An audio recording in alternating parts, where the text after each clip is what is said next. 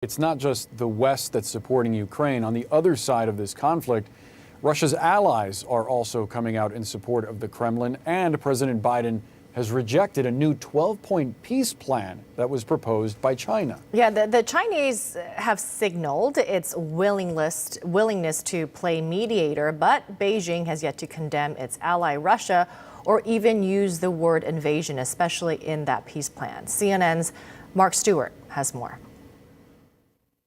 We have China trying to portray itself as a neutral peace broker, this despite its no-limits pledge with Russia.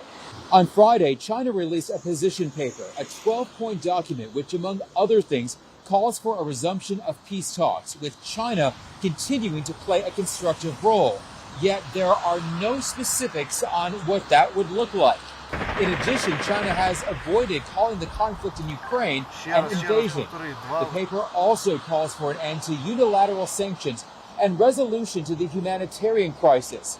It also says nuclear weapons should not be used and nuclear wars must not be fought.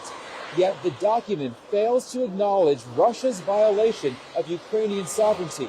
Here's the view from a top State Department official on China's role. It can't simply be a cynical ceasefire that allows the Russians the time to go home, rest, refit, and return. If Xi Jinping can get Putin and his army out of Ukraine, I think we'd all applaud and give a peace prize. As far as reaction, Ukraine's charge d'affaires called the paper a good sign, but added it would like to see China do more to end the war. This paper comes as officials from the West have raised concerns that China may be considering providing Russia with lethal military force, with NATO's chief warning that would be a big mistake. Mark Stewart, CNN, Tokyo. Our thanks to Mark Stewart for that reporting. Let's discuss this Chinese peace plan, aid going to Ukraine, and the somber anniversary with CNN military analyst and retired Major General James Spider Marks and Atlantic staff writer Anne Applebaum. She's also a senior fellow at the Johns Hopkins School of Advanced International Studies and the author of Twilight of Democracy, The Seductive Lure of Authoritarianism. Thank you both for joining us this morning. And a year into this conflict, who is winning this war?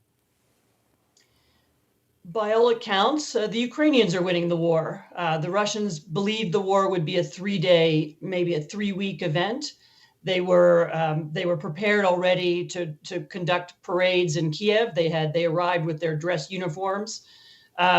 Since then, they've had to completely readjust their war games repeatedly. The Ukrainians have pushed them back, have held them to the line. And are now preparing a new offensive. We don't know exactly what that will look like or when it will take place, but the momentum remains on the side of Ukraine. And General, curious to get your thoughts. Where do you see things as they stand now? Well, clearly Ukraine is doing a magnificent job at the tactical level of engagement.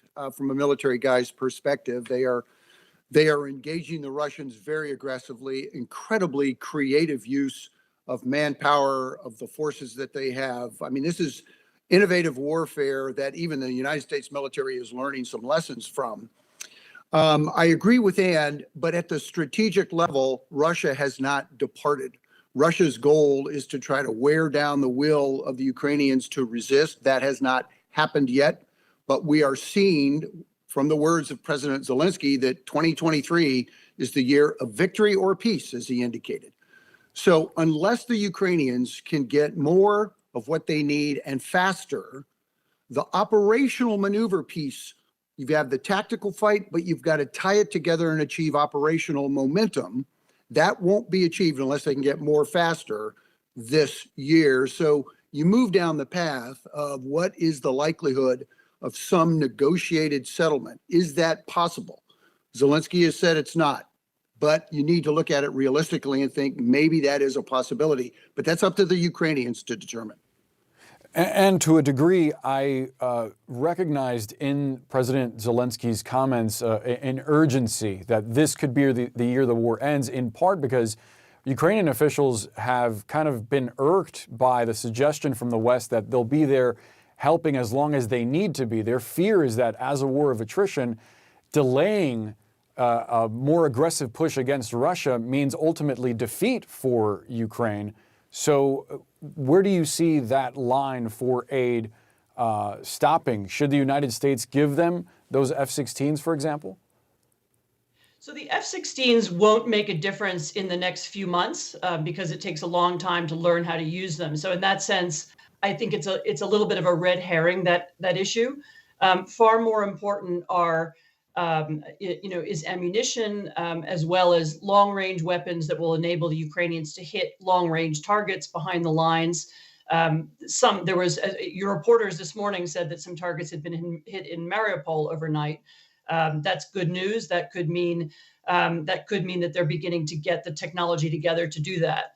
The other important point to make, I think, is that this is also a psychological war of attrition, that both sides are waiting for the other to give up. This is why it was so important that President Biden went to Kiev. It's so important that a number of Republicans have been clear in their support for Ukraine, because Putin's goal is to make it seem like it's never going to end and that he will always get weapons and he's never going to leave. We have to demonstrate that we won't be leaving either. So those things I think are a little bit more important than whether Biden makes an announcement about F-16s. In general, obviously, a big concern now is China's role in all of this. The Biden administration putting forth this intelligence that Beijing is considering supplying lethal aid to the Kremlin. How could that change the dynamic on the battlefield? Well, if they chose to do it, it would depend upon what they provide. And again, what's the amount of the support that they're providing? Look, Russia's way of war is to put young men that essentially are not very well trained into the fight. This is a slaughterhouse in many cases. Without being flippant, my concern would be the Ukrainians are going to run out of ammunition because it's so target rich.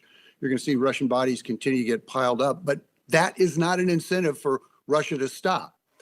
I think what China is going to do is it will continue behind the scenes to provide support to Russia in terms of its position not to acknowledge that Russia did anything wrong. But China views the world through a financial transactional lens.